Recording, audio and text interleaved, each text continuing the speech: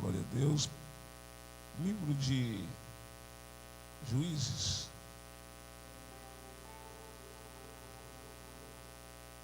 Livro de Juízes, capítulo de número 6.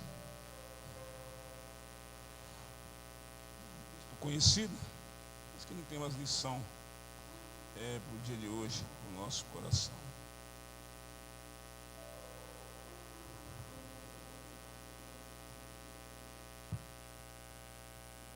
Quantos encontraram, diga amém. Verso de número 1 ao verso de número 10. 10 versos. E se assim você não leu a Bíblia hoje, você vai ter a oportunidade de ler a Bíblia comigo. Está na tela aqui? Então eu vou ler um, você lê o outro. Lê todo mundo nessa versão aqui, ó, que fica mais fácil. Eu leio aqui que não dá para mim enxergar, vocês lêem aí. Eu vou ler um, você lê o 2 e nós vamos até o 10, tá bom? Porém os filhos de Israel fizeram o que parecia mal aos olhos do Senhor, e o Senhor os deu na mão dos medianitas por 7 anos.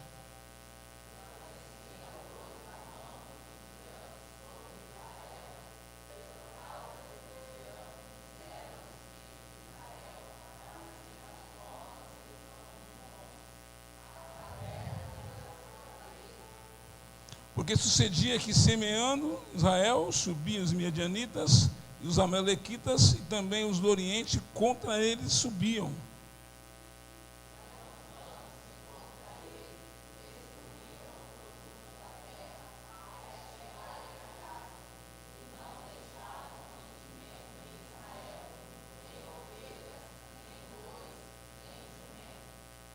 Porque subiam com os seus gados e tendas, vinham como gafanhotos em tanta multidão que não podiam se contar, nem eles e nem os seus camelos entravam na terra para o destruir.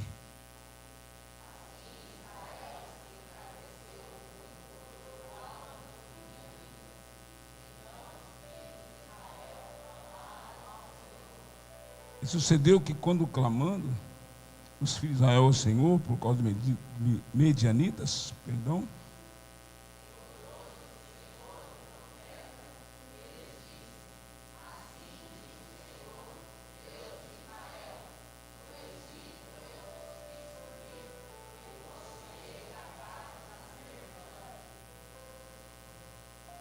e vos livrei das mãos dos egípcios e da mão de todos quanto vos oprimia, e eu expelido diante de vós, e a vós dei a sua terra.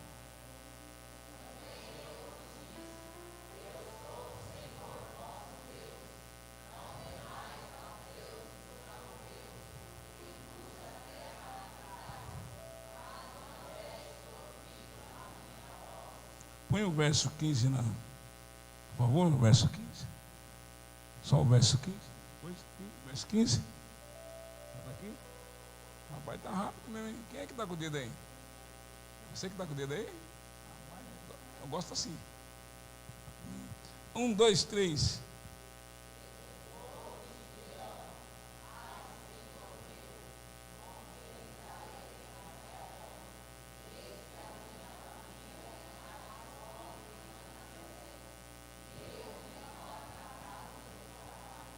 Senhor Deus e Pai, graças te damos, ó Deus, por esta noite, por esta palavra. Mais uma vez te pedindo, Deus, graça, através do teu Espírito Santo, para ministrar esta palavra. Para que aqueles que aqui chegaram nesta noite, sejam a sua alma alimentada, Deus. Repreenda todo o mal e manifesta no nosso meio somente o teu Espírito. Fala conosco, porque estamos necessitados, Deus, da tua palavra. É a nossa oração, no nome de Jesus. E você diga, se assenta aí, irmãos. Mais uma série do ensinamento, decisões que nos fazem avançar. E esse texto que nós lemos aqui vai dizer que o povo de Israel, o povo escolhido, eles fizeram o que era mal diante dos olhos de Deus. Existe uma expressão nesse texto que fere o nosso lado humano, que vai dizer que Deus entregou, ou Deus deu o seu povo na mão dos medianitas, e porque eles desobedeceram, e por causa, o Senhor entregou, por causa da desobediência da palavra, o povo de Israel está vivendo um momento difícil, ou melhor dizendo, vou usar a expressão que está na Bíblia, o povo vai passar 7 anos por opressão, 7 anos sendo humilhados, 7 anos plantando e não colhendo nada. E a pressão era tão grande que a Bíblia, nós lemos aqui, que eles abriam covas, cavernas e fortificações para se esconder dos medianitas, dos amalequitas, e também a Bíblia diz aqueles que eram do Oriente, porque eles plantavam, mas quando chegava o tempo da colheita, vinha o inimigo e saqueava a terra, roubava toda a colheita. O texto nos diz que eles destruíam a terra, pegavam o fruto da terra, levavam tudo embora, os mantimentos, as ovelhas, o boi e até os jumentos. Ou seja, Israel está vivendo um momento de humilhação, de opressão, e o texto diz que quando os inimigos vinham, eles vinham que nem gafanhoto, numa enorme quantidade, para destruir a terra. E a informação que traz que por causa disso, o povo, na minha Bíblia diz que ele se empobreceu muito. Na versão que você leu, diz que o povo se enfraqueceu muito. E eu quero ser bem sucinto naquilo que Deus colocou no meu coração. O primeiro ponto que podemos aplicar quando tomamos algumas decisões de desobedecer a palavra de Deus, de desobedecer o princípio da palavra que Deus nos deu para ser cumprido, é que traremos consequências sobre as nossas decisões. Traremos consequências, que em vez de nós prosperarmos, a gente vai regredir. Por quê, pastor? Porque na versão da Bíblia do culto, que é a nossa Bíblia, diz que o povo, por causa de fazer o que era mal, o povo ficou pobre. Na Bíblia que você leu, vai dizer que o povo ficou fraco. Ou seja, quando decidimos a não obedecer a palavra de Deus, nós empobrecemos em todas as áreas da nossa vida. Quando nós decidimos a andar segundo os nossos próprios olhos e não segundo a direção em que Deus tem nos dado, nós ficamos fracos. Em vez de avançar, a Bíblia diz que o povo empobreceu. Em vez de avançar, o povo perdeu, estava vivendo em condição de humilhação, porque eles semeavam, cuidavam, mas não colhiam. E a pior coisa é você colocar uma expectativa no seu trabalho, num projeto da tua vida, eu vou fazer isso, eu vou plantar, porque vai dar certo, que vai prosperar, mas o texto diz que eles plantavam, cuidavam da plantação, mas no momento da colheita, vinha alguém e roubava aquilo que eles tinham plantado. O que eu aprendo com essa pequena introdução? É que não adianta a gente plantar, não adianta a gente colher, não adianta a gente semear, cuidar, se nós não obedecemos a palavra de Deus. Não adianta a gente plantar, ficar cuidando, planejando para avançar, se não cumprimos os princípios da palavra. No livro de Ageu, capítulo 1 e 2, a Bíblia vai dizer que o povo plantava muito, mas colhia pouco. E o que colhia parecia um saquetel ou um saco furado. Vinha na mão e dissipava. É mais ou menos a vida de algumas pessoas nos dias de hoje, que trabalham o mês inteiro. Aí quando chega na hora de receber, pega o salário, no outro dia já está duro de novo. Quem já viveu isso, diga, eu já vivi. Não fala não, fica quietinho. O povo está vivendo um momento em que ele planta e não colhe. A mesma coisa quando está no livro de Ageu, que era a reconstrução da casa de Deus. A Bíblia vai dizer que o povo estava preocupado só com a sua casa, só com sua vida, e esquecendo de que Jesus disse: buscai primeiro o reino de Deus e a justiça, e as demais coisas serão acrescentadas. Quando eu tiro Deus da prioridade da minha vida, eu também já não sou mais prioridade de Deus. Olha para alguém que está do lado, que o céu já está bem assim, fala: cuida das coisas de Deus. Que Deus cuida da sua casa, cuida da casa de Deus, cuida da obra de Deus, que Deus Ele irá fazer você prosperar. O problema é que às vezes nós queremos o foco, nós queremos a nossa casa bonita, a nossa casa panelada, com a melhor tinta, com a melhor coisa, mas a casa de Deus ficou parada por 16 anos.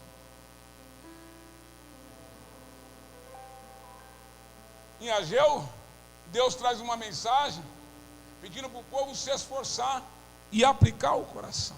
Olha para alguém e fala assim: esforça-te e aplica o seu coração naquilo que Deus colocou na tua mão.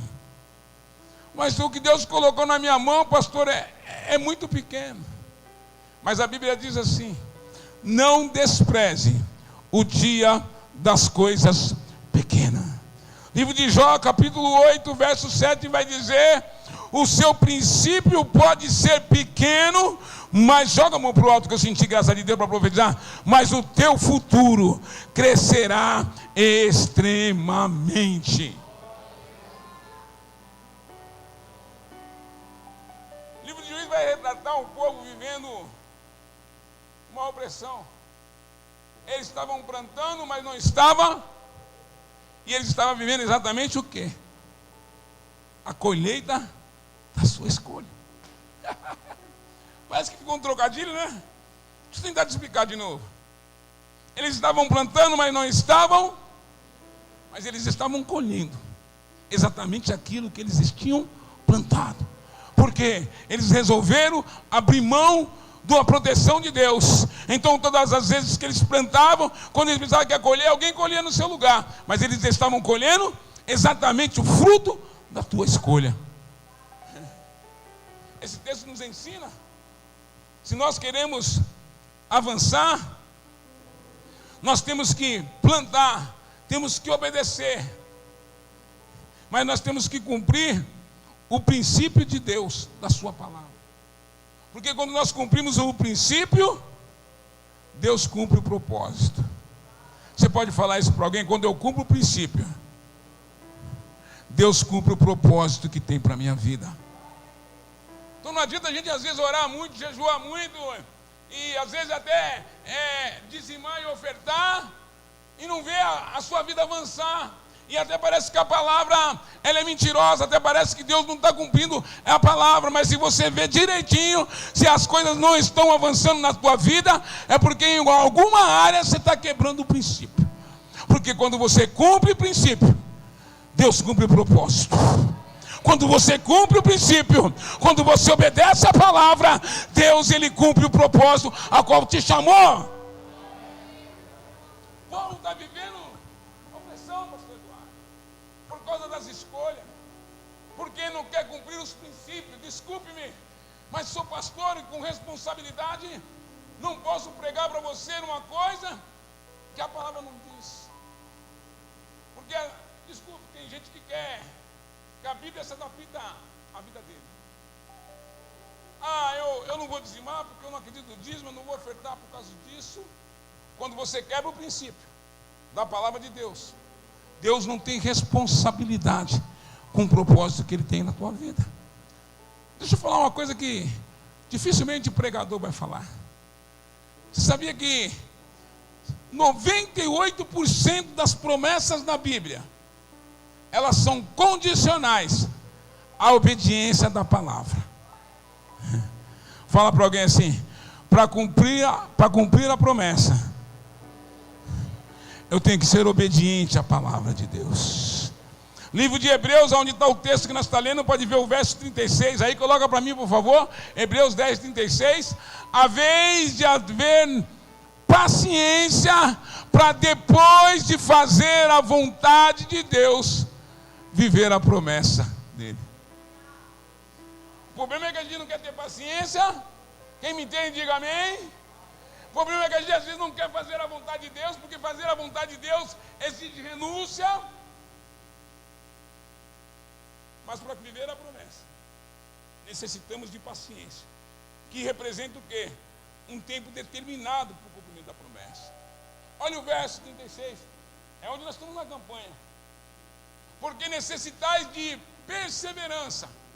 Nossa Bíblia está perseverança, mas o livro de Romanos diz que a perseverança, ela gera paciência, e a paciência, ela gera esperança, porquanto a esperança não traz confusão no coração daquele que é guiado pelo Espírito Santo de Deus. Volta para o texto. Porque necessitais de perseverança. Olha para alguém e fala assim: não desiste, persevera. Pedi, e dai-se-vos-á. Batei e abri-se-vos-á. Aquele que busca, encontra. Para que depois de haverdes o quê? Não, vamos todo mundo. Eu sei que é para dar glória. Depois de fazer o quê? Alcançais a promessa. Olha para alguém e fala assim: você quer alcançar a promessa? Você quer avançar? Então faz a vontade de papai. Renuncia a si mesmo, pega a sua cruz e segue a Jesus dentro da vontade dele. Pastor, não estou entendendo a vontade de Deus, mas a Bíblia diz que a vontade dele, ela é boa, ela é perfeita, ela é agradável. Mesmo que você não está entendendo, eu vim lembrar você que a vontade de Deus para a sua vida, ela é boa. O povo está no cativeiro, está achando que Deus tem planos mal para ele. Aí no livro de Jeremias, quando o povo está preso, e Jeremias está junto, mas Deus sempre no meio do caos vai levantar profeta. Sempre no meio da dificuldade, Deus vai levantar alguém. Deus vai levantar Jeremias e vai assim: diga ao povo que é o seguinte: os pensamentos que eu tenho a respeito de Quatá não são pensamentos de mal, mas são pensamentos de bem, para entregar o fim que vocês desejam. A vontade de Deus, ela é boa. O pensamento de Deus ao meu e ao seu respeito não são pensamentos de mal, mas são pensamentos de bem, para nos entregar aquilo que a gente deseja. Está na Bíblia. Então nós temos que cumprir o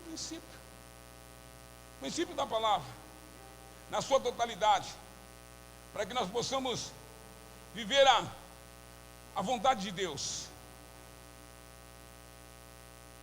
E quando nós desobedecemos, a Bíblia diz que eles então, fala comigo, olha o verso de número que nós lemos. Eu gosto dessas palavras. Verso de número 6, põe de volta, por favor, 6. Vou ler na minha enquanto eu coloco, depois você acompanha. E assim Israel empobreceu muito, ou se enfraqueceu muito, pela presença dos medianitas.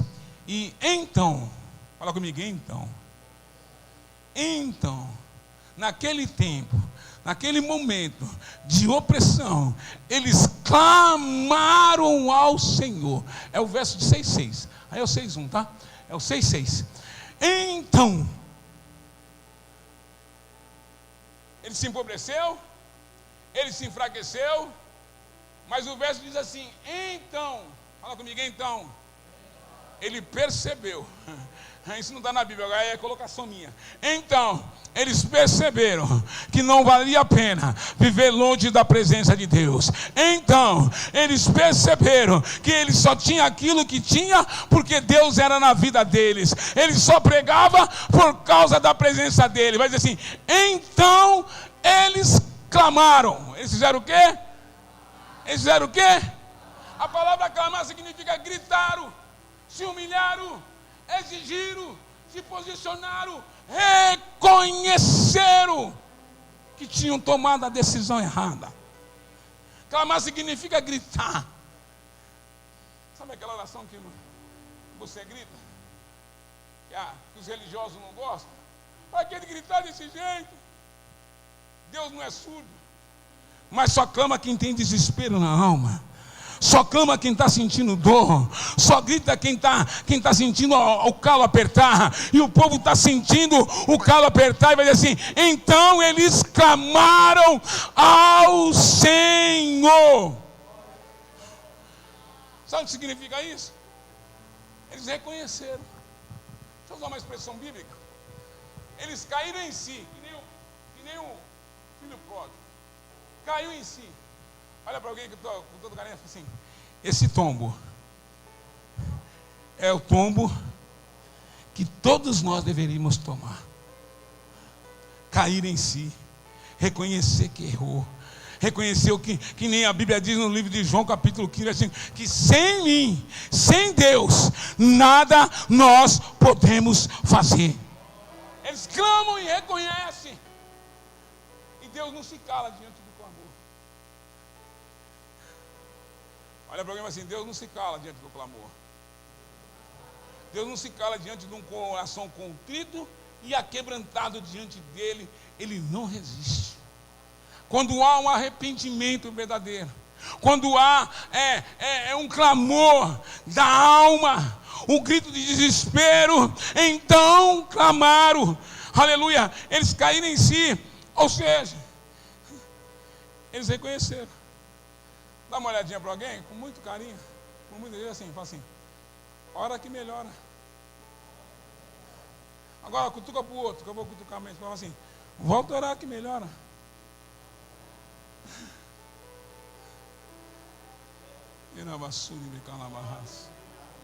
Volta a clamar. Reconhece Deus, reconhece que sem Ele nós não somos nada, que sem a presença dEle nós não conseguimos fazer nada. Tomou a decisão errada, não tem problema. Se arrependa e volta aonde você caiu. Volta a fazer a vontade de Deus. Sabe por que eles clamaram? Porque eles sabiam que Deus tinha o poder de reverter a situação que eles estavam vivendo. Eu não sei o que você está vivendo, mas eu vim com esta palavra profética nesta noite. Deus tem todo o poder para mudar a situação atual que você está vivendo. Então comece a clamar, comece a buscar a presença de Deus. Eu acho lindo o texto, Emerson, porque o povo clama, o povo erra, o povo se afasta, faz o que é mal, mas quando clama, Deus não ignora o clamor do seu povo. Deus é lindo, pastor, porque a gente erra, a gente faz o que for, mas quando a gente dobra o joelho com o coração sincero, Deus, ele não vai ignorar o teu clamor. Mas sabe por que Deus agiu? Fala, por quê, pastor? Porque o povo reagiu. Já eu vim trazer uma palavra para você: reaja no meio desta situação, que Deus não vai ignorar. O povo reagiu. Olha para alguém e fala assim: reage, varoa, reage, varão, reage, pastor, não fica prostrado, não, reaja. Porque se você reagir, Deus está dizendo: eu vou agir ao teu favor. Antes que houvesse ti, eu sou. E quem é que pode escapar da minha mão? Operando Deus. Deus está operando no meio da tua igreja. Operando Deus. Quem impedirá? Oremando calamaio seque minácio. O nome da cantuque minassa na barraça. Reaja. Reaja, reaja, reaja. Eu vou falar de ontem, você dá um glória a Deus. Reaja, reaja, reaja, reaja. Oramai, decalamácio. Não espera perder tudo. Não espera perder o teu filho. Não espera perder o teu casamento, o teu emprego. Reaja. O povo está reagindo, mas demorou 7 anos para reagir. E o nosso problema é que às vezes a gente vê o problema e a gente não quer reagir. fica paralisado, fica atônico, ficamos com medo. Olha para alguém, você precisa vencer esse medo. Você precisa vencer essa inércia, porque o problema às vezes nos paralisa, pastor Isabel. A gente fica sem reação, às vezes nos pega, tira o nosso chão. Mas Deus me trouxe nessa noite para dizer para alguém, ainda que para uma pessoa: reaja, porque se você reagir, os céus vão agir ao teu favor. Quem recebe esta palavra? Quem recebe esta palavra? Deus está agindo ao nosso favor. Levanta, reaja. Tem que reagir, o povo vai reagir. E Deus vai agir. E vai agir por quê? Deus só vai agir quando houver uma reação na nossa vida. Porque se você ficar prostrado, se você ficar na inércia, você vai permanecer. Você não vai avançar. Você não vai mudar de estágio da vida. Então, tome a decisão hoje de reagir, porque tem um Deus que vai na frente, endireitando os caminhos tortuosos. Você recebe esta palavra? E abrindo os caminhos para você. É Ele que vai na frente. Tome a decisão de reagir daquilo que você está enfrentando. Eu sei o que eu estou enfrentando, e não tenho me colocado prostrado. Tem luta que Deus permite nas nossas vidas, tem opressão que Deus nos permite, não é para nos jogar para fora, mas é para nos trazer mais perto dEle, porque Ele tem um grande milagre de restauração para as nossas vidas. Temos que entender que a palavra é verdadeira, que diz que tudo, fala comigo, tudo, assim, todas as coisas coopera para o bem daqueles que Deus chamou. Eu vim profetizar na vida de alguém, como o apóstolo Paulo disse no livro de Filipenses: todas as coisas que me aconteceram me contribuiu para a pregação do Evangelho. Deixa eu aplicar na nossa vida esta palavra. Tudo que o inimigo está fazendo, tudo que Sanbalate está fazendo, não está te tirando da promessa, mas está te empurrando para a promessa, está te empurrando para a promessa, está te jogando para o cumprimento do propósito.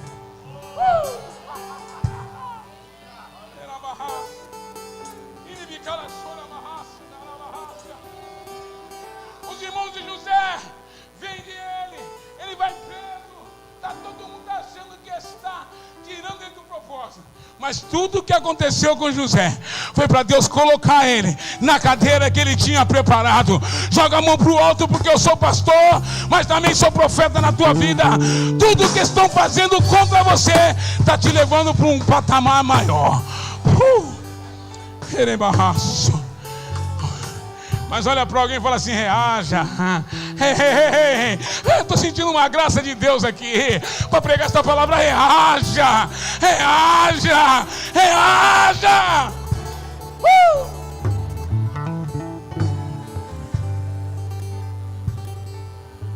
O povo reage. É a Bíblia dizer que Deus, quando o povo clama, encerra agora. Que coisa gostosa sentir a presença de Deus. Quando o povo reage, pastor Ricardo, a Bíblia diz que Deus enviou o profeta, porque Deus não faz coisa alguma sem antes avisar os teus profetas. E Deus me trouxe nesta noite para dizer: reaja, porque Deus está me levantando para dizer: eu tenho algo para fazer na tua vida, mas precisa de uma reação da tua parte na situação que está vivendo. Levantou o profeta, mas não levantou o profeta para dizer assim: estou te entregando a chave, estou abrindo uma porta de emprego. Não, mas diz assim: vocês estão passando por isso porque eu vos livrei do Egito, porque eu falei para vocês não se misturar, e vocês desobedeceram a minha palavra. Deus não joga na cara. Fala comigo, Deus não joga na cara o que ele fez. Quem joga na cara é o homem.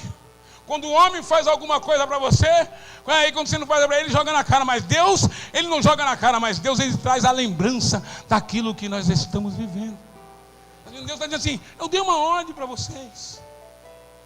Vocês não se misturar, não se prostrar diante dos deuses, de fazer o que é certo diante dos meus olhos. Porque fazer o que é certo diante do meu olho é fácil. No culto é fácil fazer o que é certo. Difícil é fazer o que é certo da porta para fora, lá no seu trabalho, dentro da tua casa. Mas os olhos do Senhor é como chama de fogo, está em todos os lugares. E Deus está dizendo para alguém aqui nesta noite: reaja, porque os meus olhos estão sobre a tua casa. Reaja, porque os meus olhos estão sobre a tua família.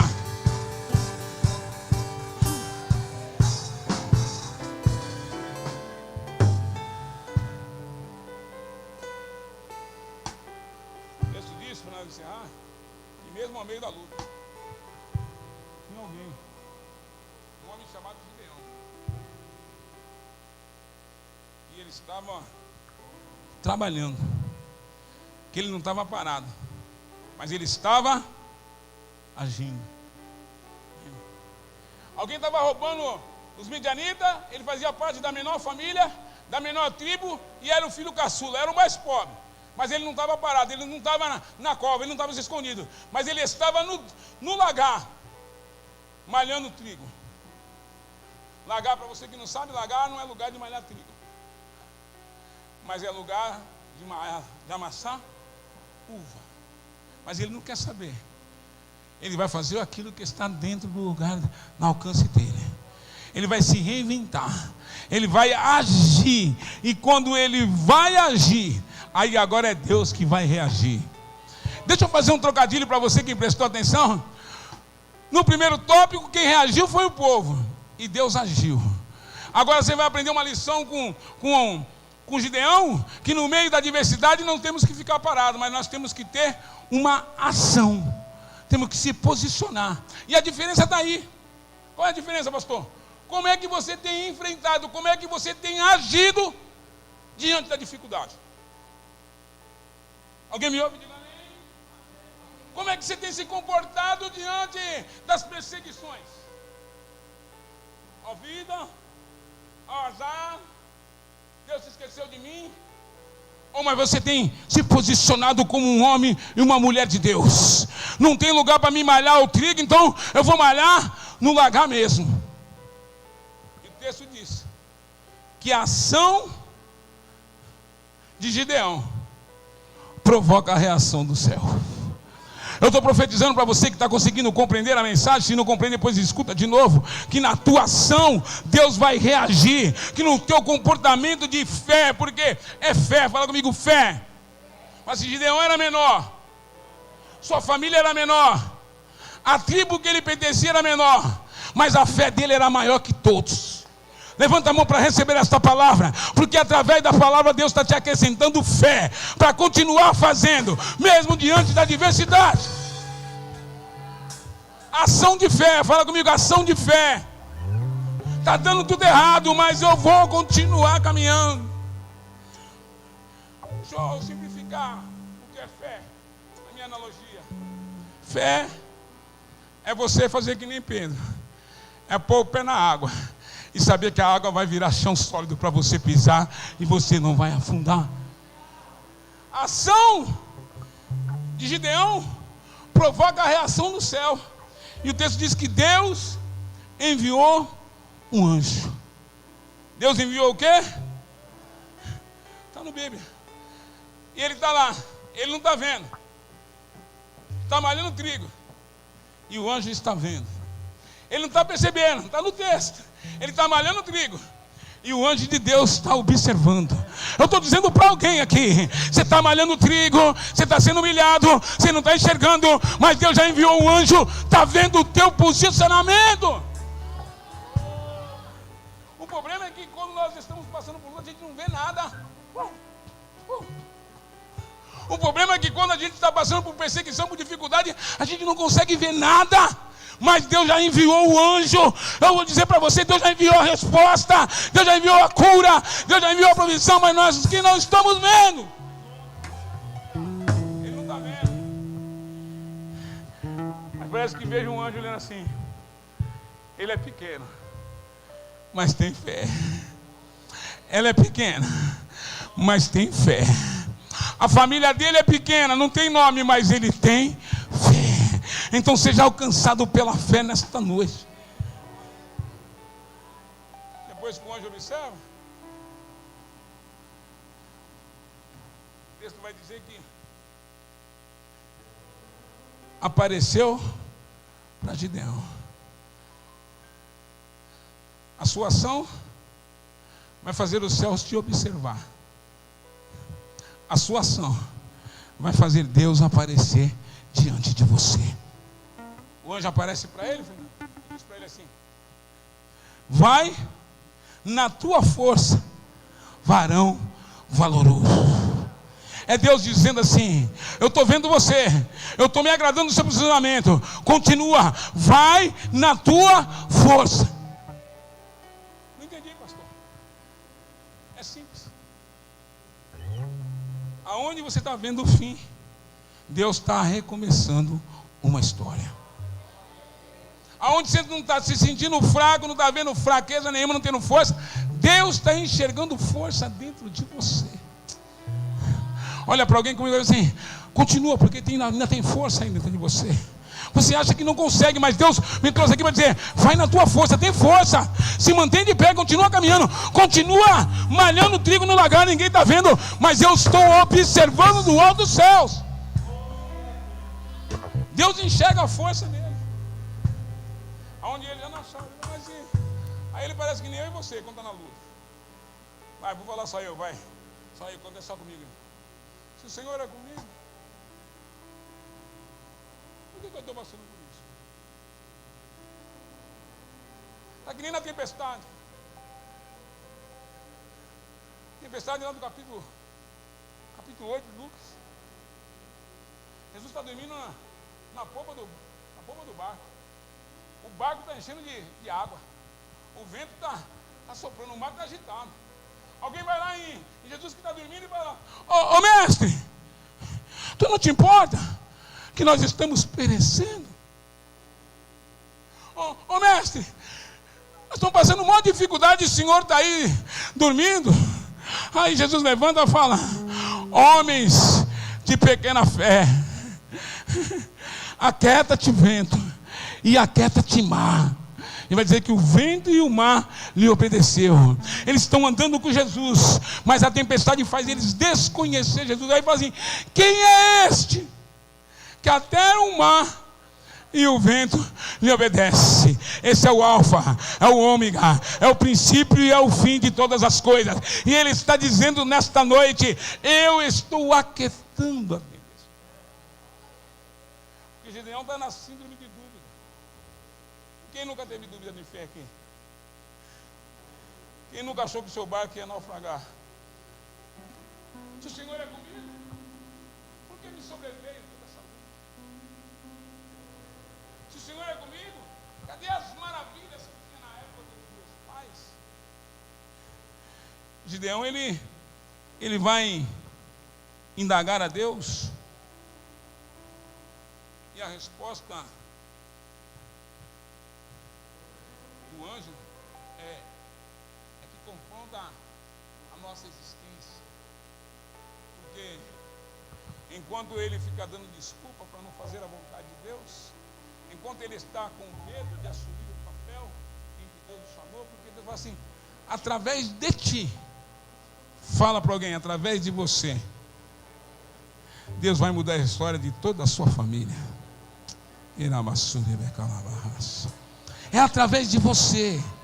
Eu tenho propriedade para pregar isso, porque através da minha vida eu alcancei papai, eu alcancei mamãe, eu alcancei meus irmãos, eu alcancei milhares de pessoas. Olha para alguém e fala assim: mesmo que você é pequeno, mesmo que a sua família não tenha referência, através de você, irmã, isso é revelação para a senhora. É através de vocês que Deus vai mudar.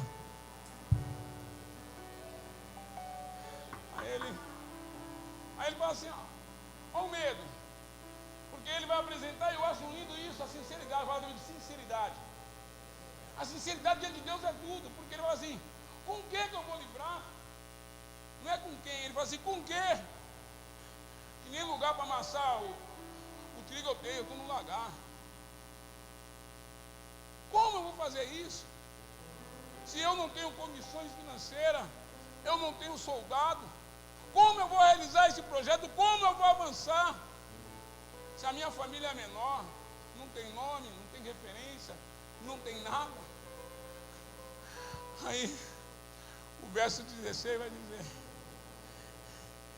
Deus vai dizer assim, não é você, eu serei contigo para te livrar da mão de Israel. Não é através da tua força, não é através da influência familiar, não é através das suas condições financeiras, mas é através do poder de Deus que você vai alcançar o próximo nível. O anjo traz a resposta para ele, que independente do que você está passando, independente do que você pensa, independente das condições que você está vivendo, é o Senhor que vai te dar força para você vencer esta batalha. Olha para alguém e fala assim, dependa de Deus. Falou nada. Estou pregando aqui, já estou até suando, você vai pregar 15 minutos. Assim, dependa de Deus. Toda circunstância dependa e confia em Deus. Deus não é homem para mentir, e nem filho do homem para se arrepender. Porventura falaria Deus e não cumpriria? Dá uma olhadinha para alguém e fala, Deus vai cumprir o propósito, independente da situação, independente da circunstância. A palavra de Deus ainda está de pé. Passarão os céus e a terra, mas a palavra de Deus há de se cumprir na minha e na sua vida. Deus enxerga em Gideão aquilo que ele não enxerga, porque ele fala que ele é pequeno, mas Deus vê um homem grande. Ele fala que não tem força, mas Deus enxerga a força dentro dele. Deus vai enxergar nele o que ele não enxergava. Porque ele está vivendo, sabe o que, irmão? Medo. Sabe o que ele está vivendo? Ó, mais um pentecostal. Diga a glória a Deus, meu filho. Na casa de Deus tem que ter criança. Ele está vivendo um complexo de inferioridade. Vou falar uma coisa para vocês. Eu já sofri muito de complexo de inferioridade. Eu em casa, vi meus irmãos casados.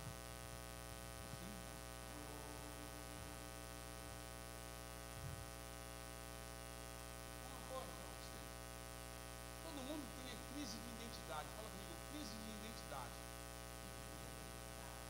Enquanto a gente não está com a nossa personalidade, vamos encerrar aqui. Ensinamento. Enquanto a gente não tem convicção do que Deus tem para a nossa vida, enquanto nós não tivermos convicção do que a gente quer ser, nós sempre sofreremos, pastora Graciane, crise de identidade. A gente nunca vai conseguir ser a mesma pessoa enquanto a gente não amadurecer na mão de Deus. E o que Gideão está vivendo aqui agora é um complexo de inferioridade, porque ele está comparando a vida dele com as outras tribos, porque ele é da tribo de Manassés. O seu pai, ou seu avô, que não me lembro agora, o próprio parentesco, Manassés, era um idólatra. E quando eu comparo a minha vida com alguém que está lá na frente, eu vou me sentir menor. Quem entende aqui, diga a glória a Deus. E Deus te trouxe aqui nesta noite para você vencer o complexo de inferioridade e o medo de avançar. Como faço isso, pastor? Eu olho para Jesus. E nasceu aonde? Numa manjedoura. Não nasceu no berço de ouro, mas está sentado no sublime trono ao lado direito de Deus. Eu estou dizendo para alguém, para de comparar a sua vida com alguém e aceite aquilo que Deus sonhou para você. Se Deus tem uma promessa na tua vida, você só tem que seguir e avançar. Porque se você olhar para quem já está lá na frente, você não vai conseguir fazer a sua trajetória. Porque ninguém que está no topo não chegou lá por acaso. Ele passou por um processo. Deus vai ensinar a Gideão que para ele vencer o complexo de inferioridade, para ele parar de viver uma vida comparativa, infelizmente, desculpe-me, eu também cometo muito desses erros até hoje. Nós temos a mania de comparar uma pessoa com a outra pessoa. Nós temos mania de olhar no Instagram, vou falar Instagram que é o que eu mais uso, aqui eu sei que em Quatá e na cidade aqui é mais Facebook. Nós temos mania, pastor Eduardo, de ver aquelas fotos bonitas no Instagram e achar que a vida de todo mundo é boa e a nossa é ruim. Deixa eu contar uma verdade para você. Ninguém posta foto feia. Ninguém posta foto quando acorda com a cara amassada, sem a dentadura. Aí a gente fica comparando a vida da gente. Se a gente não souber, quem está me entendendo, diga glória a Deus. Se a gente não souber usar isso aqui, a gente cai em depressão. Você sabia que tem tanta gente que está em depressão, que já tentou se matar, porque está comparando a vida dele com as fotos que estão na internet. Mas nem toda foto que está na internet são a vida real. Dá uma olhadinha para alguém e fala assim: para de comparar a sua vida. Viva a realidade. Que Deus tem um passo novo, tem um projeto novo para cumprir na sua vida. Para de sofrer a crise de identidade. Você tem que saber: eu sou filho de Deus Altíssimo e Deus me chamou para viver uma vida e vida com abundância.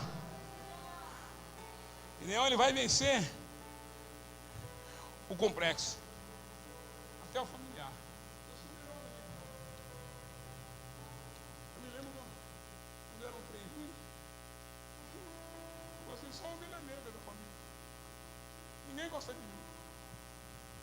E isso vai nos jogando para baixo, vai minando as nossas próprias forças de caminhar. É por isso que a primeira palavra, quando o anjo aparece para Gideão, ele fala assim: vai na tua força. Varão, olha para alguém, mas você tem valor. Para desvalorizar você. Se ninguém acredita em você, tem pelo menos 3 pessoas que tem que acreditar. Tem 2 que acreditam. O primeiro que acredita em você é Deus. Olha para alguém e fala assim: Deus acredita em você. Por isso que Ele te escolheu. Segunda pessoa que acredita em você é esse pastor que está pregando com propriedade. E a terceira pessoa que tem que acreditar é você, que tem que acreditar em você. Se ninguém acredita em você, então acredita em você, porque o Deus que te chamou, Ele acredita e realizar o projeto na tua vida. Mesmo que você não dá glória a Deus. Mas agora, se você mesmo não acredita no projeto de Deus na tua vida, aí você não vai avançar mesmo. Eu sei que o meu Redentor vive e por fim se levantará para julgar minha causa. Jó acreditou mesmo na ruína. Paulo fala: eu estou certo, eu estou convicto que aquele que começou, ele fala: é eu. Fala comigo, eu. Bate no peito e fala: eu vou acreditar mais em mim. Eu vou acreditar na promessa de Deus na minha vida e eu vou avançar no nome de Jesus.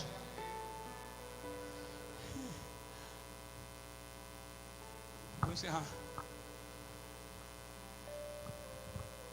O nosso futuro é decidido pelas decisões que tomamos e não pela desculpa que damos. Fica de pé, vamos encerrar.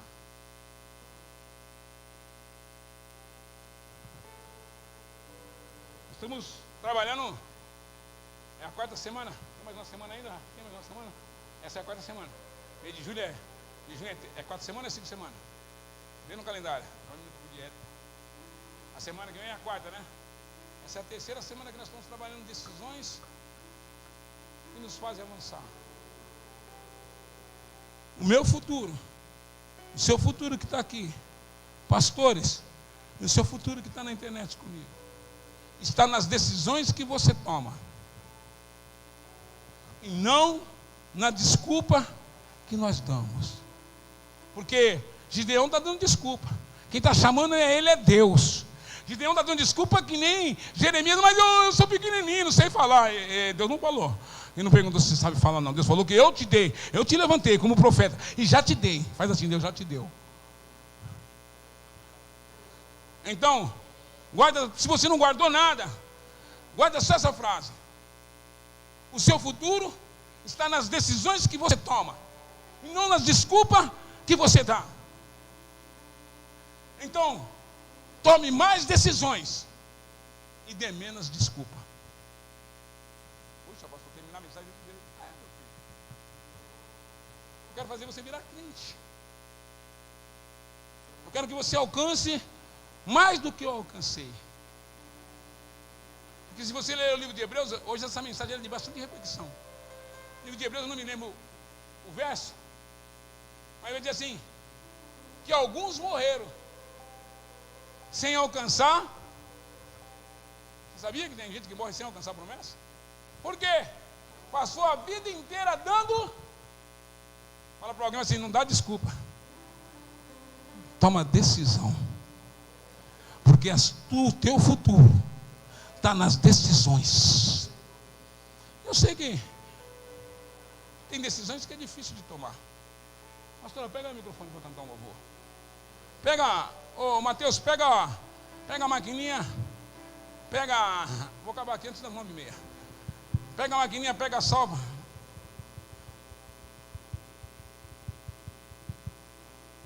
Às vezes não vivemos e não crescemos também na principal área que mais afeta.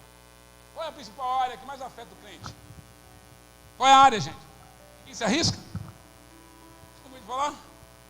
O bolso, o dinheiro. Falta dinheiro dentro da sua casa. Você vê que não fica em crise em casamento. Os filhos não ficam bravos sem comer o chocolate, sem beber o leite, sem comer o arroz. Ah, pai, arroz e feijão de novo, ovo de novo, fubá de novo. Vira uma crise, um inferno. O povo está plantando. É verdade, desculpa a expressão. Eu vi as brigas dentro da minha casa, do meu pai e da minha mãe. Porque estava faltando dinheiro. Porque papai era irresponsável. Bebia tudo na cachaça e quando bebia na cachaça, perdia tudo no jogo. E aí em casa? Duas áreas, gente. Você tem que aprender isso? Que não é qualquer pastor que prega isso. Duas áreas que afetam a minha vida espiritual e a sua vida espiritual é a financeira e a saúde. Pode ter o maior dinheiro no mundo, mas se tiver alguém no leito, dinheiro nenhum paga a saúde daquele. O povo está vivendo humilhação, está plantando e não está colhendo. Fala comigo assim, porque quebrou o princípio. E um dos princípios da prosperidade financeira é fidelidade. Fala comigo, fidelidade. Então, para de dar desculpa. Ai, meu salário é menor.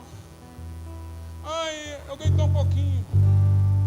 A palavra de Deus, segura um pouquinho, só baixinho ainda. A palavra de Deus diz que ser fiel no pouco, Deus ele acrescenta muito. Eu já contei um testemunho. Essa mulher aqui passei um vale tão grande na minha vida por desobediência a Deus.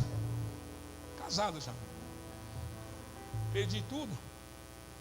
Ela trabalhando de empregado doméstico. Numa casa grande.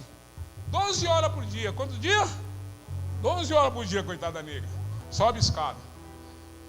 Desce escada. Sobe escada.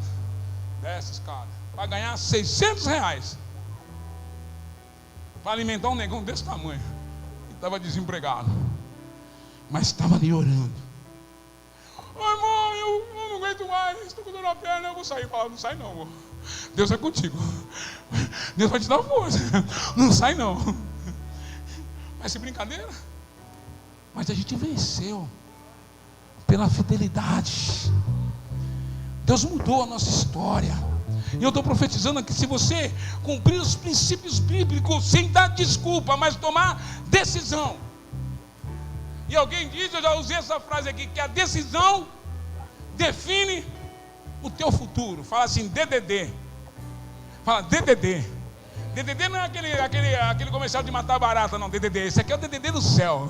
Decisões definem destino. Decida ser fiel. Eu quero orar por você.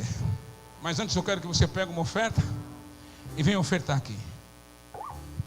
Eu não vou nem falar da oferta do Gideão, que foi a oferta do segundo boi. Outro dia eu explico a oferta do segundo boi. Pega uma oferta voluntária que eu quero orar aí. Depois eu oro. Vai dizimar, vem aqui que eu vou pôr as mãos sobre você. Depois que você ofertar, eu vou orar. E a pastora vai cantar. Pode vir, vem ofertar. Vai dizimar, vem aqui que eu quero pôr as mãos sobre você. Pastor, não tem oferta. Não, hoje você é a oferta. Eu abençoo a sua vida. Eu abençoo a sua casa. Eu abençoo o seu ministério. Decisões. As decisões é que vai definir o nosso futuro.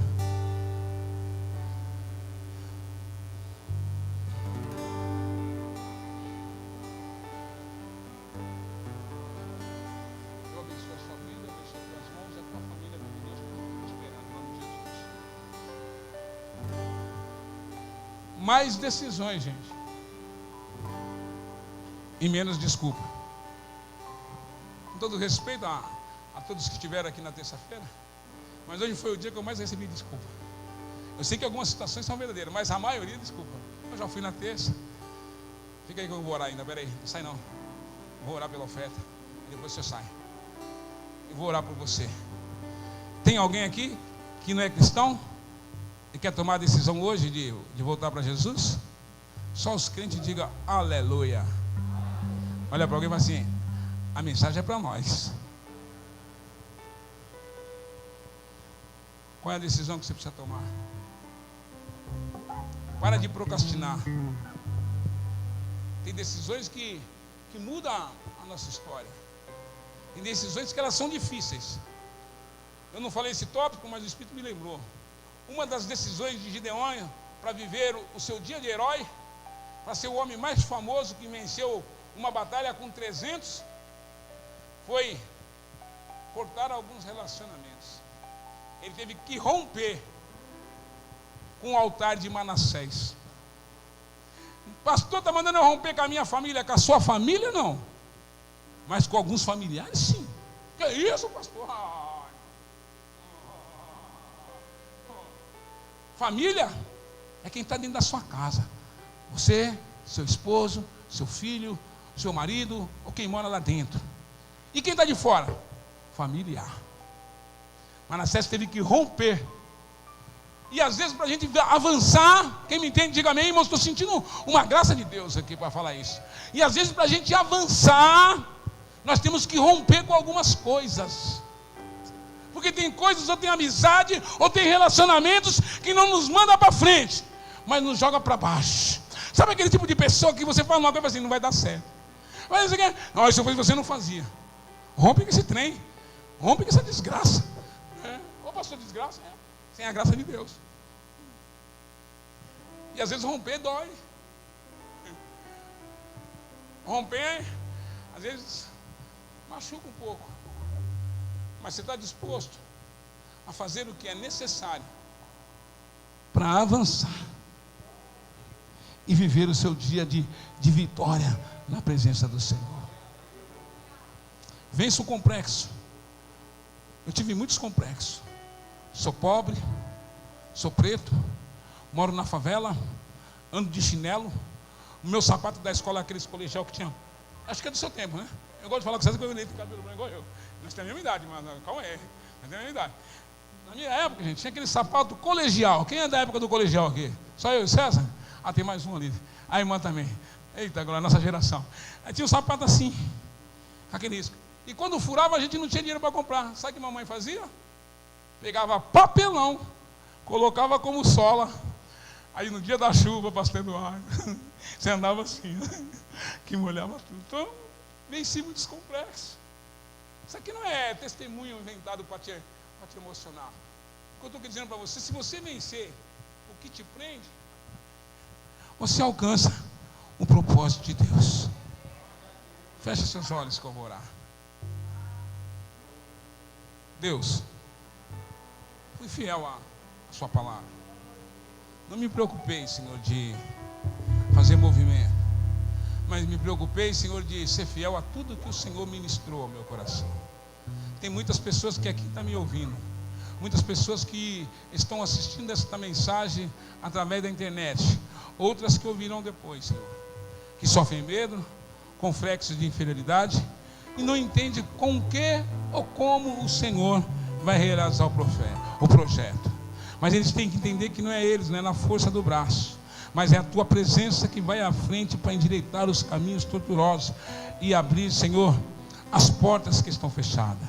Em nome de Jesus Cristo, que nós paremos de dar desculpa, porque as nossas decisões, ó Pai, é que vai garantir para nós o nosso futuro. Que nós viemos dar menos desculpa na tua presença e que viemos cumprir, Deus, o propósito estabelecido e cumprir os princípios da tua palavra.